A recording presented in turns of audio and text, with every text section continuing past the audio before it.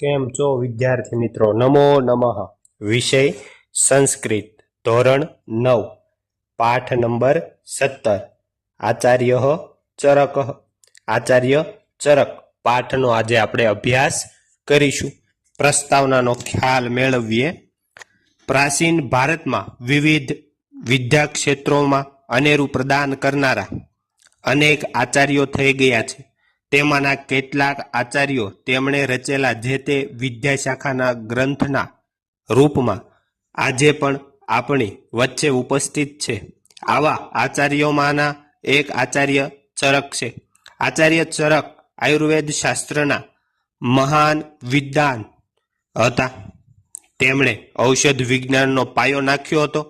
બીજા વિદ્વાનોની જેમ તેમના જીવન વિશે પણ કોઈ ખાસ માહિતી મળતી નથી, પરંતુ તેમણે રચેલો ગ્રંથ આજે પણ આપણી પાસે ઉપલબ્ધ છે. સંસ્કૃત ભાષામાં લખાયેલા આ ગ્રંથનું નામ ચરક સંહિતા છે. આયુર્વેદ શાસ્ત્રનો અભ્યાસ કરવાની ઈચ્છા રાખનાર પ્રત્યેક વ્યક્તિએ આ ચરક સંહિતા નામનો ગ્રંથ વાંચવો જ પડે છે. પ્રસ્તુત પાઠમાં આયુર્વેદ શાસ્ત્રના આ સુપ્રસિદ્ધ વિદ્વાનોનો પરિચય મેળવવાનો છે. એ સાથે તેમનો એક ઉપદેશ પણ ગ્રહણ કરવા જેવો છે. રોગવિહીન શરીર એ સૌથી મૂલ્યવાન ધન છે. એટલે પ્રત્યેક વ્યક્તિએ પોતે કેવી રીતે રોગરહિત રહી શકે છે તે પણ અહીં જાણી લેવું જોઈએ. આ મહત્વની જાણકારી આ પાઠના માધ્યમથી મેળવી શકાય છે. જોઈએ પાઠ. ચરક નામના પ્રસિદ્ધ આચાર્ય ખ્રિસ્તસ્ય પ્રથમ શતાબ્દામ આયુર્વેદસ્ય મહાન પંડિત. ચરક નામે પ્રસિદ્ધ આચાર્ય ઈસવીસનની પહેલી સદીમાં થઈ ગયા. તેઓ આયુર્વેદમાં મહાન પંડિત હતા. સહ કનિષ્ક નૃપતેઃ રાજવેદ આસીત. તેઓ કનિષ્ક રાજાના રાજવેદ હતા. અસ્ય આચાર્યસ્ય ચરક સંહિતા નામક સુપ્રસિદ્ધ ગ્રંથ વર્તતે. આ આચાર્યનો ચરક સંહિતા નામનો સુપ્રસિદ્ધ ગ્રંથ છે. આયુર્વેદસ્ય પ્રાચીનતમેષુ વિશ્વવિખ્યાતેષુ ચ ગ્રંથેષુ અસ્ય ગણના ભવતી. આયુર્વેદના સૌથી જૂના અને વિશ્વવિખ્યાત ગ્રંથોમાં આની ગણતરી થાય છે. અસ્મિન ગ્રંથે સૂત્રસ્થાનમ નિદાન સ્થાનમ. આ ગ્રંથમાં સૂત્રસ્થાન, નિદાન સ્થાન, વિમાન સ્થાનમ, શરીર સ્થાનમ, વિમાન સ્થાન અને શરીર સ્થાન, ઇન્દ્રિય સ્થાનમ, ચિકિત્સા સ્થાનમ, કલ્પસ્થાનમ, સિદ્ધિ સ્થાનમ ચેતી અષ્ટૌ પ્રકરણાની સંતિ. ચિકિત્સા સ્થાનમ, કલ્પના સ્થાન અને સિદ્ધિ સ્થાન એમ 8 પ્રકરણો છે. એતેષુ સર્વેષુ પ્રકરણેષુ સમ્મિલ્યમ વિષયંત્યુતરઃ એકશતમ. આ બધા પ્રકરણોમાં કુલ 120 અધ્યાયો છે. કુલ કેટલા અધ્યાયો? 120 અધ્યાયો છે. અસ્ય ગ્રંથસ્ય પ્રમાણમ 12 શ્લોક લોકાત્મમ વર્તતે. આ ગ્રંથનું પ્રમાણ કદ 12,000 શ્લોકોનું છે. અત્ર પ્રાયઃ સહસ્ત્રાધ્યમ ઔષધયો ગાનામ વિસ્તૃતમ વ્યાખ્યાનમસ્તિ.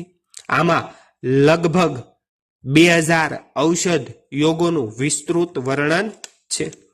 અસ્મિન વ્યાખ્યાને જ્વરઃ, રક્તપિત્ત, ઉન્માદ, અતિસાર, પ્રમેદા નામ, ઉદર શિરો, હૃદયાદિનામ ચ રોગાણો નિવારકાની વિનાશકાની ચ ઔષધિ ઉલ્લેખિતાની સંતિ. એવં હિ મન્યતે યત ભારતે ઔષધ વિજ્ઞાનસ્ય પ્રવર્તકઃ અયે મેવા આચાર્ય. આ વર્ણનમાં તાવ, રક્તપિત્ત, ઉન્માદ, અતિસાર, મીઠા પેશાબનો રોગ વગેરે તેમજ પેટ, મસ્તક, હૃદય વગેરેના રોગોનું નિવારણ કરનારા અને વિનાયક કરનારા ઔષધોનો ઉલ્લેખ થયો છે. ખરેખર એમ મનાય છે કે ભારતમાં ઔષધ શાસ્ત્રના પ્રવર્તક આ જ આચાર્ય હતા. નિખિલમપી આયુર્વેદ સાહિત્યમ આચાર્યસ્ય શરકસ્ય ઉચ્છિષ્ટમસ્તિ. આખું આયુર્વેદ સાહિત્ય આચાર્ય શરકનું એઠું છે. અથ ચ આયુર્વેદ શાસ્ત્રીયમ યત જ્ઞાનમ ચરક સંહિતાયા વર્તતે તદેવ સર્વત્ર વર્તતે. શરક સંહિતાયા યત નાસ્તિ તત કુત્રાપી ન વર્તતે. હવે આયુર્વેદ શાસ્ત્રનું જે જ્ઞાન શરક સંહિતામાં છે તે જ સર્વત્ર છે. શરક સંહિતામાં જે નથી તે બીજે ક્યાંય નથી. અસ્ય કેચન ઉપદેશાઃ સ્મર્તવ્યાઃ સંતિ. એમાંના કેટલાક ઉપદેશો યાદ રાખવા જેવા છે. તદ્યથા મનુષ્ય કેન પ્રકારે રોગરહિત ભવિતુમ અર્હતીતિ વિષયે ઉપદિશતી આચાર્ય. તે આ પ્રમાણે છે. માણસ કઈ રીતે રોગરહિત થઈ શકે છે એ વિષયમાં આચાર્ય ઉપદેશ આપે છે. નરો હિતાહાર વિહાર સેવી સમીક્ષકારી વિષયેશ્વશક્ત દાતા સમઃ સત્પરઃ ક્ષમા વાનાપસેવી ચ ભવત્ય રોગી. હિતકારક આહાર અને વિહારનું સેવન કરનાર, સમજી વિચારીને વર્તનાર, વિચય વાસનમાં અનાસક્તા, દાતા સૌ પ્રત્યે સમત્વની ભાવના રાખનાર, સત્યપરાયણ, ક્ષમાશીલ અને આપ્તજનોની સેવા કરનાર માણસ નિરોગી રહે છે. અર્થાત યહ નરઃ હિતસ્ય આહારસ્ય વિહારસ્ય ચ સેવમ કરોતિ. અર્થાત જે માણસે હિતકારી આહાર અને વિહારનું સેવન કર્યું છે, બધા કામ સમજી વિચારીને કરે છે. સર્વ કાર્ય સમીક્ષમ કરોતી. બધા કાર્યો છે એ સમજી વિચારીને કરે છે. વિષયેષુ નિતરામાસક્ત ન ભવતી યહ દાનમ કરોતી. વિષયોમાં એકદમ અનાસક્ત રહે છે જે દાન કરે છે. વ્યવહારે સમત્વમ ક્ષમાભાવ ચ આચરયતી. અને વ્યવહારમાં સમત્વ અને ક્ષમાભાવ આચરે છે. આપ્તજનાનામ સેવા કરોતી તાદૃશ નરઃ અરોગી અર્થાત સ્વસ્થ ભવતી. આપ્ત જનોની સેવા કરે છે તેવો માણસ રોગરહિત અર્થાત સ્વસ્થ રહે છે. અત્ર એક પ્રશ્ન. અહીં એક પ્રશ્ન છે. કિમ ઔષધમ વિના સમ્યક વ્યવહારેણાપી જનઃ રોગરહિત. શું ઔષધ વગર સારી રીતે કરાતા વ્યવહાર વડે પણ માણસ રોગરહિત થઈ શકે છે? તિહિ તસેબ્જમ ઉત્તરમ. તેનો ઉત્તર છે યદા રોગ શરીરે પ્રવિષ્ટો ભવતી. જ્યારે રોગ શરીરમાં પ્રવેશ કરે છે તદા ઔષધસ્ય આવશ્યકતા ભવતી. ત્યારે ઔષધની જરૂર પડે છે.